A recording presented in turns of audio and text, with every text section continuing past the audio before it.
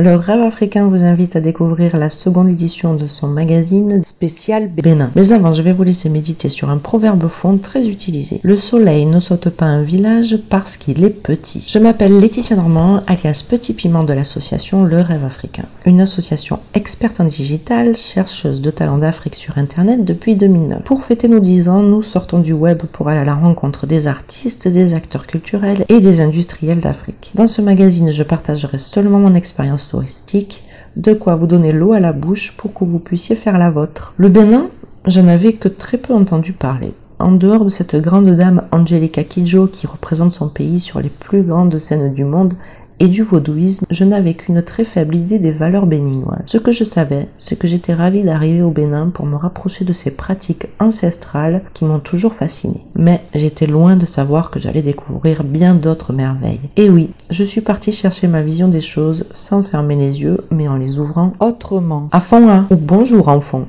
Au Bénin, il y a 3 grandes langues principales parlées à la maison. Le Fon, le Yoruba et le Bariba. Mais en réalité, il y a plus de 27 langues vivantes. Et tous ont pour langue commune le français. La monnaie, c'est le franc CFA et 1 euro équivaut à 650 francs CFA. La capitale administrative est Porto Novo et la capitale commerciale est Cotonou. Le port de Cotonou est le poumon économique du pays. Le maïs, le riz, le manioc, coton, ananas, noix de cajou, palmier à huile et la pêche sont les principales ressources du pays.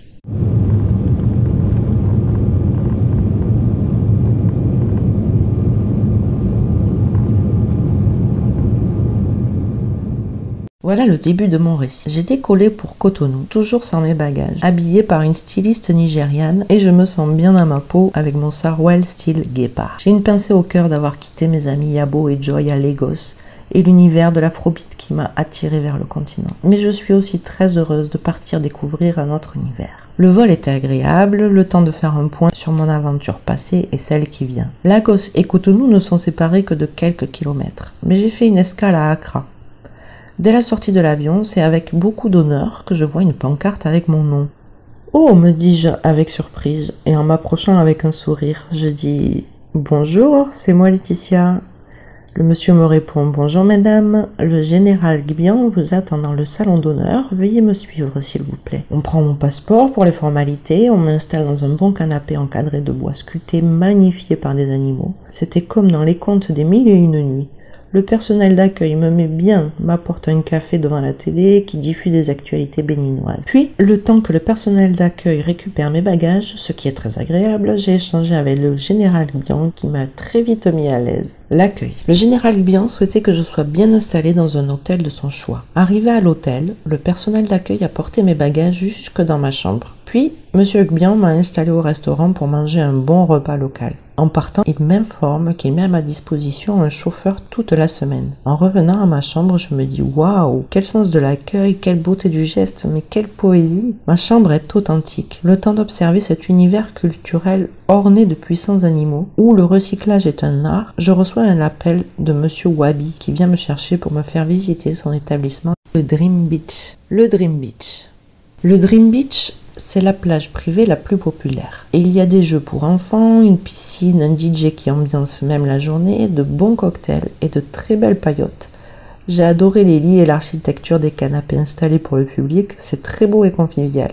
Donc on s'installe devant la plage, on commande un bon jus, la spécialité est l'ananas, donc je me prive pas. Puis on discute, on rit beaucoup aussi. Il y a une jeune Française venue habiter à Cotonou et elle était effrayée par les jeunes sur la plage qui se promenaient avec un masque vaudou comme une attraction touristique. Je lui ai donc demandé naïvement pourquoi elle était venue vivre au Bénin si elle avait peur des traditions et elle m'a répondu qu'elle n'y avait pas pensé avant, certainement aveuglée par la chaleur humaine.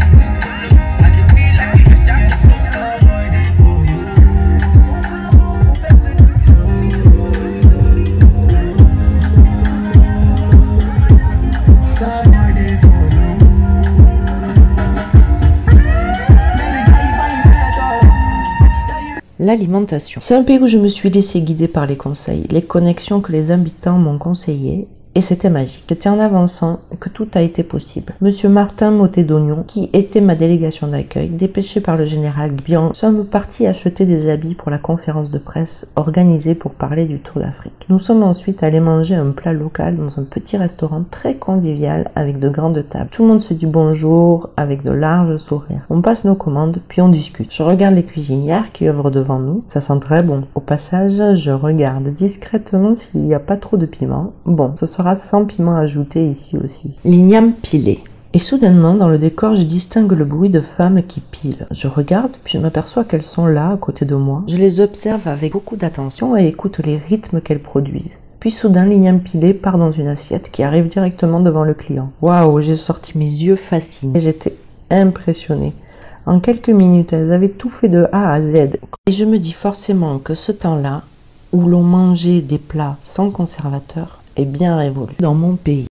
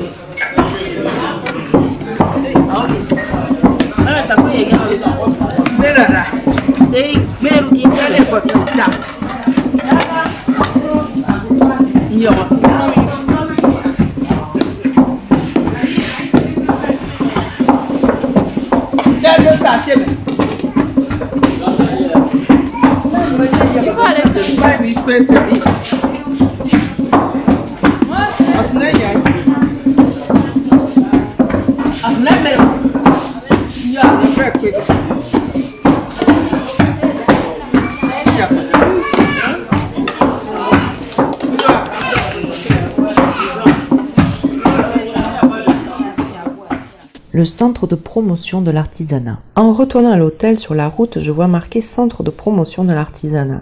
Et Monsieur Martin me propose qu'on s'y arrête. Avec plaisir, dis-je avec beaucoup de curiosité. On entre alors dans un village artisanal incroyable. J'étais aux anges, des sculptures, des bijoux, des peintures, des tissages, des percussions. Nous sommes passés de stand en stand invités par les commerçants et artisans qui nous orientaient gentiment à visiter leurs boutiques. La transmission de l'histoire perdure à travers l'artisanat. Et dans l'un d'eux, nous rencontrons un collectionneur d'œuvres vaudou. Il nous dit alors avoir plus de 3000 pièces installées dans un musée à Porto Novo, appelé le musée Vaudin. On discute et finalement, on conclut qu'on ira visiter son musée le samedi. Je vous laisse découvrir quelques présentations d'artisans du CPA. Bonjour, je m'appelle Fatima Belgrace Divine. Je suis de nationalité béninoise. Ici, nous fabriquons des chaussures en cuir ainsi que des chaussures avec des modèles en paille, différentes sortes de modèles. Nous faisons également des espadrilles. Nous faisons aussi des boucles d'oreilles en paille ainsi que des bracelets et des sacs, des pochettes ainsi que des agendas. Nous faisons également des éventails circulaires ainsi que des éventails demi-circulaires. Déjà, vous pouvez nous retrouver à Cotonou au centre de la promotion artisanale Isaac Bégamé. Je suis très content de me présenter au public. Je m'appelle Yemadje François Kodo. Je suis un artisan et je travaille ici dans l'atelier commun du CPA, qui est le centre de promotion de l'artisanat, la vitrine de l'artisanat béninois. Donc je fais comme métier ici les tentures pour ne pas dire les toiles appliquées d'Abomey. Ça c'est l'héritage que la famille Yemadje nous a légué depuis des centaines d'années. Et de la même manière, moi aussi je suis en train de passer la main à mes enfants. Bon, et en dehors des toiles appliquées, nous faisons aussi les batiks. Je fais les batiks, boubou batik, même des tableaux batiks de tout genre. Et je fais les marionnettes aussi. Et d'ailleurs, c'est à partir des marionnettes que j'ai commencé ma carrière dans l'artisanat. Et puis, non seulement ça, je me suis dit, il ne faut pas faire une seule chose. Comme on le dit, il faut avoir plusieurs cordes à son arc. Et je me suis exercé aussi à faire des tableaux bas-reliefs, à transformer les calebasses en beaucoup d'objets utilitaires. Et aujourd'hui aussi, c'est une fierté pour moi d'avoir créé une association qu'on appelle ADAM, pour ne pas dire ADAM, Association pour le développement des arts et métiers. Et l'objectif de cette association, c'est de former les jeunes, c'est de former toute personne désireuse d'apprendre un métier dans le domaine de l'artisanat. Parce que le secteur d'artisanat est un secteur très noble, pourvoyeur d'emploi, d'avenir. Et je vous assure que nous avons plusieurs corps de métiers dans notre association ADAM, Association pour le développement des arts et métiers, comme le tissage, la sculpture, la peinture, la pyrogravure et autres. Et c'est une association qui est à porte ouverte. Toute personne désireuse de faire partie, de devenir membre de cette association, il adresse une demande, on étudie, le bureau étudie, on voit son profil, s'il est bon, on lui accorde de venir. Et nous ne restons pas seulement là. Nous proposons aussi des formations de renforcement de capacité. Parce qu'il ne faut pas être seulement borné sur les mêmes choses qu'on fait. Donc là, cela nous demande d'aller vers d'autres partenaires aussi, d'autres artisans, d'échanger avec eux, de voir comment on peut faire. Voilà. Donc nous sommes là pour travailler et pour aider aussi les gens, pour aider le pays. Merci beaucoup. Mon nom c'est Prince Agbodjan Patrice. Je suis artisan tenturier béninois. J'expose mes œuvres au centre de promotion de l'artisanat. La tenture, en réalité, c'est les appliquer sur tissu. C'est le fait de dessiner ou bien de représenter des cartes à base des tissus appliqués l'un sur l'autre. C'est pourquoi on appelle les appliquer sur tissu. Mais aujourd'hui, l'œuvre a évolué au point où on prend la tenture pour faire la broderie, pour faire les habits, pour faire beaucoup de choses. C'est ça que vous voyez autour de moi. C'est ce que je fais depuis des années. Et je suis dedans. C'est vrai, nous retrouvons des clients, beaucoup plus les allochtones, les étrangers qui viennent acheter chez nous. On a quelques clients aussi à l'interne, mais pas pour autant. Et nos ventes dépendent beaucoup plus de la politique du gouvernement en place, de la relation étrangère, tel que le lien existe entre le Bénin et les autres pays. C'est par rapport à ça que les touristes viennent dans le pays. Et quand beaucoup de touristes viennent, nos chiffres d'affaires augmentent. Ma fascination pour le vaudou. Le vaudou est une culture avec un côté spirituel intégrant l'art, la danse, la musique et la philosophie. Les croyances font appel aux esprits. Ce qui a toujours piqué ma curiosité, ce sont bien les rituels vaudous. Avec ces rituels, on peut demander de la chance, de la protection, du succès, de l'argent, de l'amour, ou même un désenvoûtement si quelqu'un d'autre nous a jeté un sort. Mais ce n'est pas cela qui m'attire, c'est la transe. Mais pourquoi la transe m'attire ? Ça, je le découvrirai peut-être lors de mon voyage sur le continent. Le musée Vaudin. Nous voilà partis pour le musée Vaudin avec Monsieur Martin pour Porto Novo, à quelques kilomètres de Cotonou. J'en ai profité pour découvrir la nature sur la route. Le musée est à l'entrée de la ville, mais sur la route, il y a une multitude d'autres musées qui marquent et valorisent l'histoire du pays. Dans cette ville où s'entrecroisent architecture locale et maisons coloniales, on ressent le poids de l'histoire. Arrivé au musée Vaudin, Monsieur Adekpedjou, le collectionneur, est content de nous voir et nous fait comme prévu une visite guidée de la plus grande collection du Bénin. C'est la passion qui l'anime, une puissance qui l'attire. C'est donc avec beaucoup d'attention que je l'ai écouté. J'y retournerai juste pour aller dans des endroits secrets. Je vous laisse découvrir l'entrée du musée présentée par le collectionneur. Vous pouvez voir la vidéo sur la chaîne YouTube du Tour d'Afrique. À l'exposition du Festival international de Porto Novo, et ce que le musée de Vaudou expose sur la ville cette année, c'est les bouteilles chargées à Dango de la forêt sacrée. Bon, qu'est-ce que vous allez trouver dans la forêt sacrée? Il y a des bouteilles. Ces bouteilles, ils ont des objectifs. Voilà, à l'entrée de la forêt, on vous fait boire l'alcool qui se trouve dans cette bouteille. Là, ça vous donne l'intelligence de capter tout ce que vous allez trouver à l'intérieur de la bouteille. Donc, je disais, c'est des différentes sortes de bouteilles. Ça, c'est pour l'abondance. Quelqu'un qui veut forcer la main pour vite avoir de l'argent. Et ici, c'est les Gunuko. C'est l'une de nos divinités qu'on appelle Gunuko. Ici, c'est les Egungun. Les Egungun, on trouve ça dans le couvent de Agan. Avant la sortie des Egungun, c'est cette bouteille que vous allez trouver à l'intérieur. Et là, cette bouteille que vous voyez après cette bouteille, c'est pour les femmes en difficulté. Quand elles sont en état de grossesse, et on leur fait boire un coup. Supposons que la grossesse a déjà fait plus de 9 mois.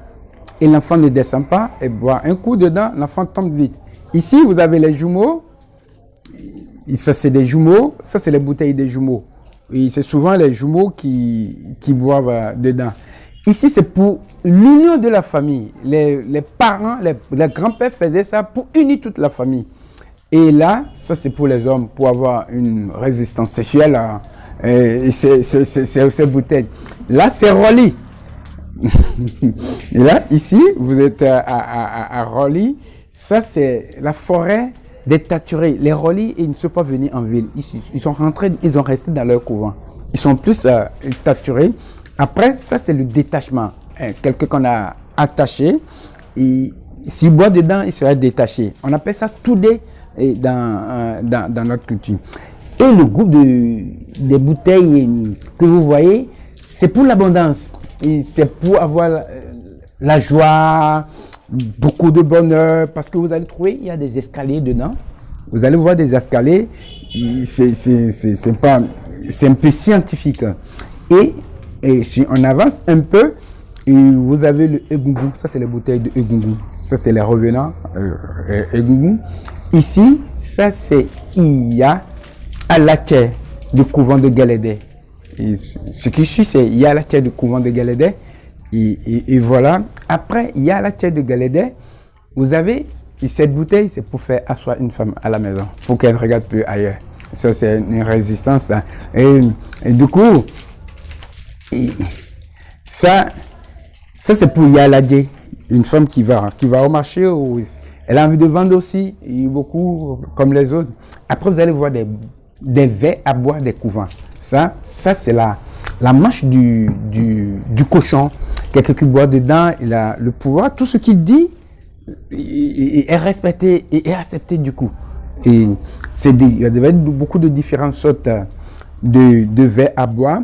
Après les verres à boire, ça on appelle haché. Haché, et celui qui utilise ses aiguilles dans haché, tous ses vœux est accepté. S'il parle à quelqu'un, la personne entend. Ça, c'est des garde-poudres. Ça, c'est pour garder des poudres composées. Et à la fin de la forêt sacrée, il y a une bouteille qu'on vous fait boire dedans. Vous oubliez tout ce que vous avez trouvé dans la forêt sacrée. À la fin, vous oubliez tout ce que vous avez trouvé dans la forêt sacrée. Et voilà ce qu'on a voulu montrer pendant l'exposition du Festival international de Porto Novo. Donc, je continue à dire que vous êtes de Vaudou. Mais si vous sortez de Vaudou, il y a cet espace qu'on a réservé pour les curieux. Cet espace, c'est quoi? Et il y a une bouteille qu'on appelle Olubon. Tout ce que vous venez ici, vous agenouillez, vous faites votre prière. Après avoir fait votre prière, la bouteille qui est en face de vous, on appelle ça Olubon. Vous allez faire un complice avec cette bouteille.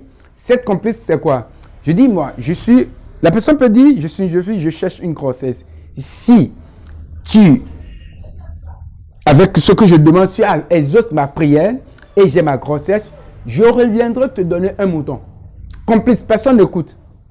Et si c'est fait, ça arrivera que tu tombes en grossesse, tu amènes le mouton à cette divinité qui est c'est une bouteille chargée. On l'appelle ça Olubon.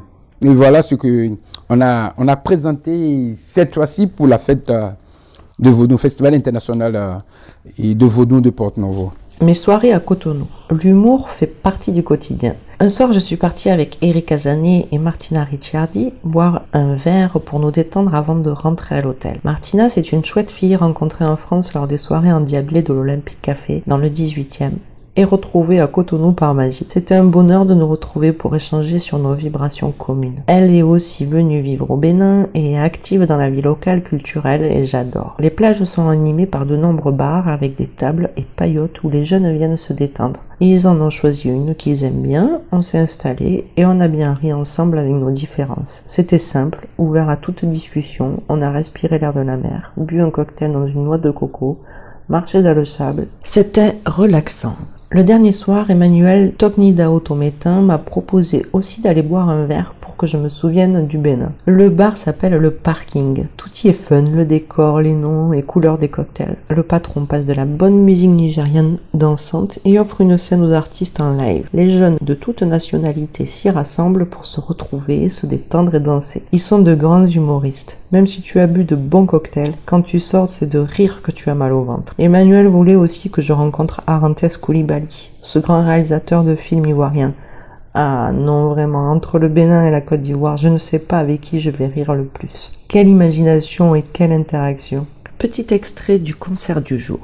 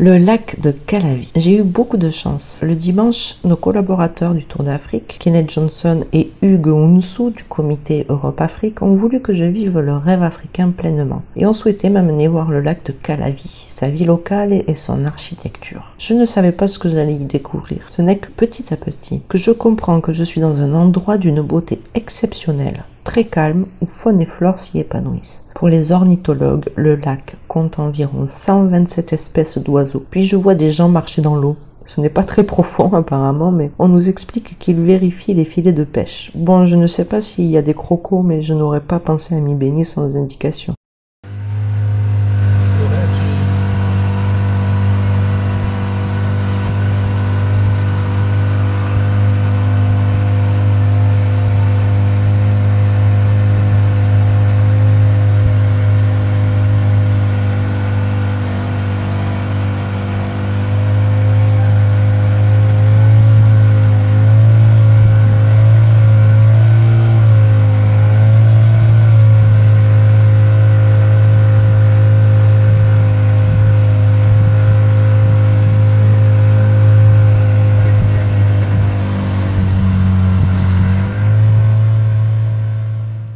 La cité lacustre. L'origine de Ganvié, selon la légende, raconte que les premiers habitants sont arrivés du Togo avec le roi Agbogdobé en 1717. Le roi puissant en Vaudin se métamorphosa en épervier, survola la lagune et découvrit l'île de Ganvié. Ses sujets restés sur la rive ne pouvaient pas passer. Il fit alors une autre magie et se transforma en crocodile, transportant ainsi les sujets sur son dos. Depuis, le crocodile est sacré à Ganvié. Ganvié, un village sur l'eau, situé au sud du Bénin sur le lac Nokou, écroué. Soudainement apparaît à mes yeux un grand village monté sur l'eau appelé Ganvier. Je vois des bateaux, de plus en plus fréquents passer avec des habitants qui rentrent de travailler, des touristes, des commerçants qui vendent des fruits et légumes frais sur leurs bateaux, des enfants seuls sur leur barque. Quelle splendeur et quelle aisance des habitants et des enfants qui y vivent. C'est beau à voir cette organisation. J'ai vraiment médité dans ce village. On a fait une pause pour s'hydrater et j'étais toujours en train de vivre un conte des 1001 nuits. J'étais assise sur une chaise royale dans un bar rempli d'artisanat fascinants par leur forme unique. Les us et coutumes sont transmis à travers l'architecture. Les animaux et les hommes y sont toujours représentés avec beaucoup de valeur. Les collectionneurs deviendraient vraiment fous ici. Ambiance à voir aussi en vidéo sur la chaîne YouTube du Tour d'Afrique. Attention, que je ne comprends pas avec le poisson.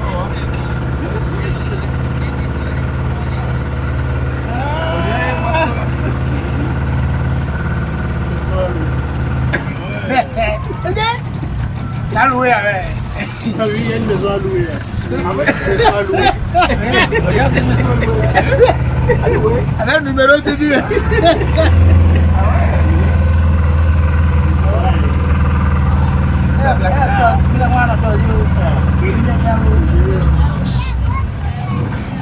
Maison à louer, comment tu viens chez toi?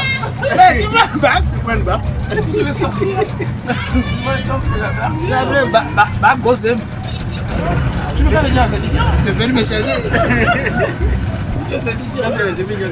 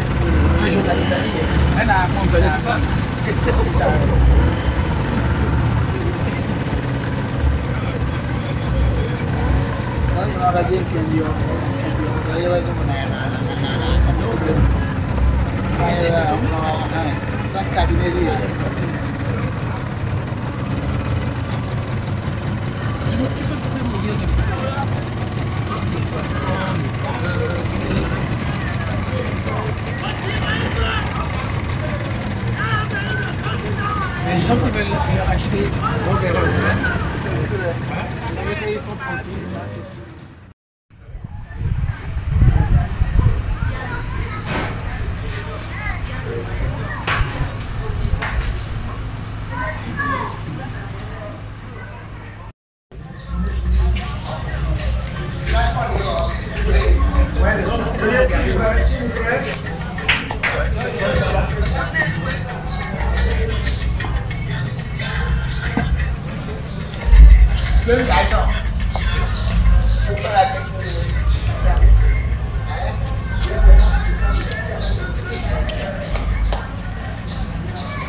Ouidah. Avant de gagner Lomé, Kenneth Johnson a absolument voulu que je voie la porte de non-retour de Ouidah, à 42 km de Cotonou. Avant d'arriver à la porte, c'est déjà une grosse émotion. La route est jalonnée de sculptures en hommage aux déportés. Et soudainement, une architecture grandiose indique qu'à cet endroit, des milliers d'hommes ne sont jamais revenus. la porte de Ouida. Derrière un océan à perte de vue, de quoi faire peur quand on connaît la suite. Kenneth voulait que je voie ça de mes yeux, que je ressente ce qui s'est passé. Puis il me glisse, plus jamais ça. Et ajoute, si tu veux vivre le rêve africain, il te faut aussi connaître son histoire. Ouida a été l'un des principaux centres de vente et d'embarquement d'esclaves. J'ai alors filmé la porte de non-retour en faisant le voyage inverse pour rendre hommage à ma manière à ceux qui sont partis loin. Voilà un extrait. Oui, nous sommes à Ouida avec Laetitia Normand qui nous rappelle qu'elle part pour ce rêve africain. Mais avant ce rêve africain, il faut se rappeler de l'histoire de ce continent où beaucoup de choses sont parties d'ici. Ils sont partis pour ne plus jamais revenir. Bien sûr, il y a eu l'abolition en 1848, Vitold Schœcher, bien d'autres avant, rétablissement, le Code noir, toutes les souffrances. On ne va pas ici citer Napoléon Bonaparte, rétablissement du Code. Nous ne sommes pas là pour diviser. Nous sommes là aujourd'hui pour unir. Donc, c'est une bonne chose, Laetitia, que tu pars faire ce tour d'Afrique pour que les Africains se souviennent de ce qui s'est passé. C'est bien de faire ce tour et c'était très important de marquer un moment d'arrêt ici. Merci, bonne route à toi, Laetitia. Et on t'encourage pour ce rêve africain, parce qu'il y a de très belles choses sur ta route.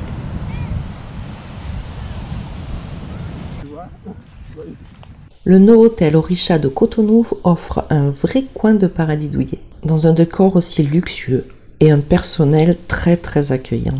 Comme un poisson dans l'eau, écoutez le message de Kenneth Johnson dans la piscine du Novotel.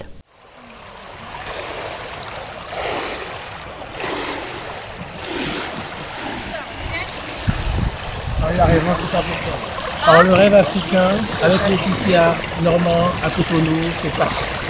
Je peux vous dire que à Cotonou abrite des relations Europe-Afrique. Démarrer à Cotonou, pour nous retrouver là, démarrer évidemment par le plus grand pays, le Nigeria, c'est quelque chose d'extraordinaire. J'espère qu'avec vous, Laetitia, nous ferons diplomatiquement l'année 2020, dans sur 20 bien sûr, pour l'Afrique, les 30 glorieuses pour la nouvelle génération qui en veut et qui a envie de montrer que l'Afrique, c'est le nouveau dragon. Voilà, merci Laetitia de ce parcours, de votre courage. Voilà, je vous le dis, je suis très heureux de revenir ici et d'accompagner ce projet qui, bien sûr, le digital, le numérique, l'Afrique a fait des pas de géant et ces pas de géant, nous comptons sur vous Laetitia pour le pérenniser. Parce que vous venez ici et vous ne venez pas les mains vides, vous laissez de la formation et ça c'est extraordinaire. Voilà, et je pense que diplomatiquement, vous avez à apporter une contribution citoyenne et je pense que Hugues, notre délégué qui est ici, va accompagner ça et toute l'Afrique est derrière vous. Merci Laetitia. Un petit plongeon, on s'amuse un petit peu là pour fêter ça.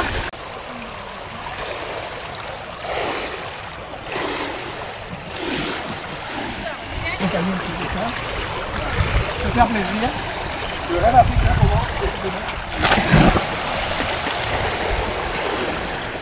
Ondes et vibrations. Les habitants ont la force tranquille, sont doux et souriants. Ici, tout a été possible quand on l'a voulu. Mais ça, c'est une autre histoire. Une pensée pour Alain Mouaka de Pensée Noire, Ali Ouassi du Sika, Eric Azané de Awale Friki, Edwige Cluge, animatrice TV et radio, à Emmanuel Tognida Autometin de Descartes.com et à Mathieu du Cafrim. Vous êtes des champions. C'est passé très vite cette semaine entre toutes ces merveilles architecturales, cette puissante culture vaudou et les rires, j'en garderai une expérience unique. Vive l'énergie humaine. Le climat en janvier à Cotonou est très agréable, comme à Lagos. Les liens sociaux se font spontanément, la dimension humaine est fondamentale et la vie sociale intense. L'accueil de l'étranger est une dimension sociale puissante à vivre absolument. Ça donne chaud au cœur. Je pars donc pleine d'énergie avec une nouvelle vision du monde. Et vous, quand est-ce que vous partez au Bénin ?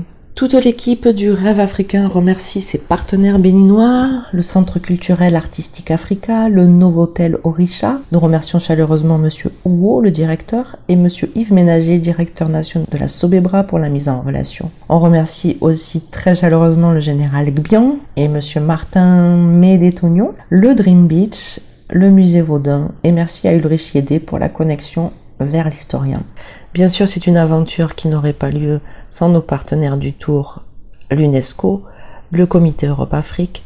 Je remercie aussi particulièrement Nadja Thérault, ma coach énergétique. Et merci à tous ceux qui ont aidé et aident le projet dans son analyse. Notre très cher professeur Kiflé Selassie Bézéat, Gwenaël Ravon, Nadja Thérault, ma super coach, Lazare Kizerbo, Annie Gouba, Christophe Goethals, Christian Lagauche et Jean-Marie Bitomo qui ont aidé à la réflexion. Et nos donateurs, bien entendu, sans qui l'aventure n'aurait pas démarré. Avant de nous séparer, je vous invite à découvrir l'histoire du Bénin avant 1800 racontée par Jules Logossou.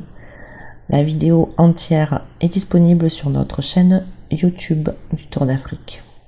Je réponds au nom de Jules Logossou. Je suis étudiant en master en gestion du patrimoine matériel et immatériel. Et je vais vous raconter l'histoire du roi Rui Badja de 1645 à 1685 et de l'histoire des Wachi, de la migration des Wachi de 1702 en 1760 et aussi du départ des Wachi de l'Arabie Saoudite jusqu'au plateau de Komé sur l'espace géographique du Bénin. Et après ça, je vais vous parler des prénoms africains et de la prise de contact avec l'Occident sur la chaîne YouTube du Tour d'Afrique du rêve africain. Si vous voulez nous suivre, on a notre site, le Facebook, le Twitter, le LinkedIn. La page du Tour, c'est sur le blog du rêveafricain.com. Il y a l'Instagram, il y a le YouTube. Et pour voir les artistes inscrits à l'Afro-Pépite Show de la 10e édition, c'est sur www.afropépiteshow.com. Elle a décidé d'aller vivre à Cotonou. Martina vous raconte son témoignage. Bonjour, je m'appelle Martina Ricciardi et je vis une grande partie de l'année à Cotonou depuis 3 ans. Mais je viens au Bénin depuis 7-8 ans. Qu'est-ce qui m'a amenée au Bénin? C'est la danse. La danse, la musique, les arts, parce que je suis une danseuse, performeuse, comédienne, on va dire, chorégraphe. Et donc, ce qui m'a amenée au Bénin, c'est vraiment la danse, les danses traditionnelles en particulier, les danses et musiques traditionnelles. Dans le Bénin est d'une richesse incroyable. Des danses liées à des cultes voodoo, des danses plus populaires, des danses de plein de populations différentes, de plein de couleurs différentes, de rythmes très différents et avec des parures incroyables, des couleurs vraiment très très très très beaux. Et ce que je trouve très intéressant en tant que performeuse, du coup, c'est d'étudier aussi tout ça sous une clé vraiment aussi culturelle, artistique et comme une matière vraiment qui peut nourrir mon parcours personnel aussi.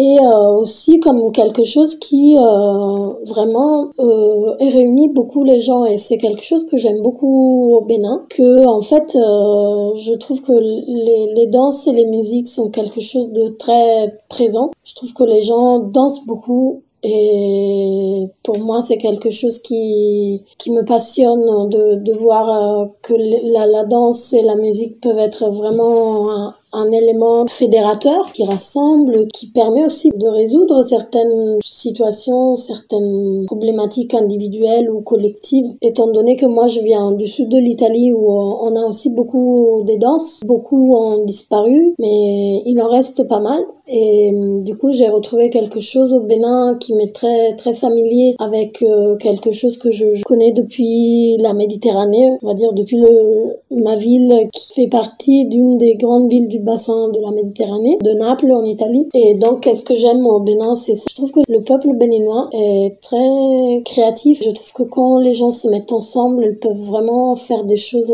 très belles et très très originales, avec beaucoup d'intuition, d'esprit un peu révolutionnaire. Je trouve que c'est un pays où il y a du beau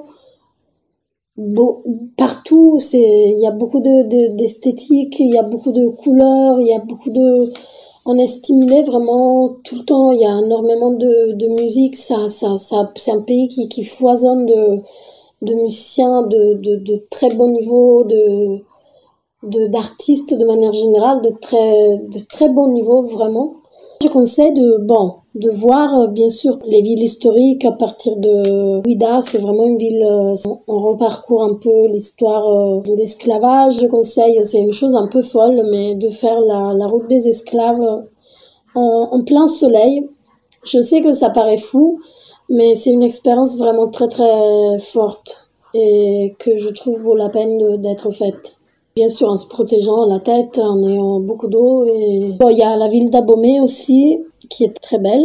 Je ne suis pas allée dans le nord, mais on m'a dit qu'il y a des beaux parcs à voir dans le nord, donc plus naturel. Il y a la ville de Porto Novo aussi, qui est une très belle ville, et il y a des très très beaux musées. Et puis, si vous avez envie de faire plutôt, du tourisme de plage, on va dire, mais où vous pouvez aussi trouver des plans hors circuit touristique à Grand Popo. Je suis déjà allée à un petit éco-village où il n'y a pas d'électricité, il n'y a pas d'eau, il y a des petites cabanes et c'est très chouette. Il y a aussi la zone de Dassa qui est magnifique. Dassa, Savalou, les collines de Dassa. Et puis dans la ville de Cotonou, ça vaut la peine d'y rester quelques jours et peut-être de se perdre un peu dans la ville.